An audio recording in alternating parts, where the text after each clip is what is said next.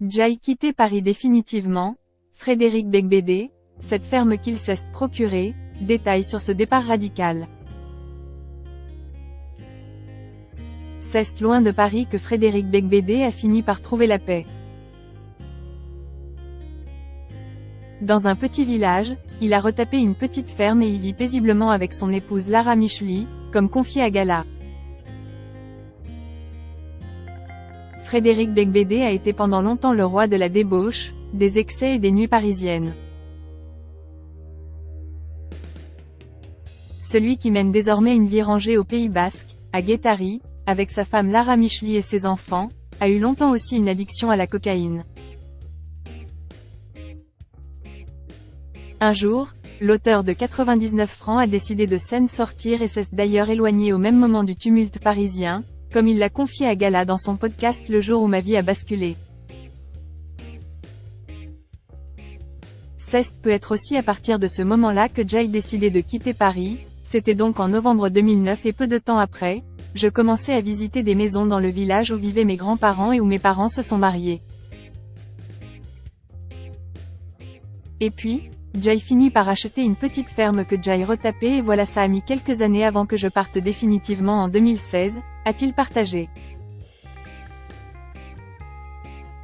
Frédéric Beigbeder confie également qu'un autre élément a pu entrer en ligne de compte dans son envie de quitter Paris.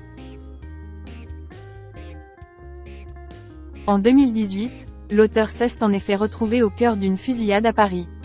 Cet autre événement a donc pu précipiter les choses. Alors que l'ex-compagnon de Laura Smet se trouvait au sein du bar Hemingway du Ritz, il a entendu des coups de hache dans la porte, avant que des types cagoulés ne fassent leur entrée. Il se souvient encore et toujours du silence total qui régnait. Comme tous les gens qui étaient présents, on n'a pas pensé à une attaque à mains armées pour vider les bijoux dans les vitrines, on pensait que c'était un attentat, révèle-t-il. Heureusement, les hommes sont là simplement pour les bijoux et tout le monde s'en sortira indemne. Je voulais une vie plus proche de la nature pour. C'est aussi pour ses 3 enfants que Frédéric Beigbeder souhaitait s'éloigner de Paris. Il a eu son aîné, Chloé, en 1999 avec Delphine Valette puis ses 2 derniers, Ouna en 2015 et Léonard en 2017 avec son actuelle épouse. Ma fille aînée, aujourd'hui 23 ans, a grandi à Paris, rappelle-t-il dans les colonnes du magazine Paris Match. Je voulais une vie plus proche de la nature pour mes 2 cadets. Mais ce refuge n'a pas été si efficace puisque ma maison a été taguée.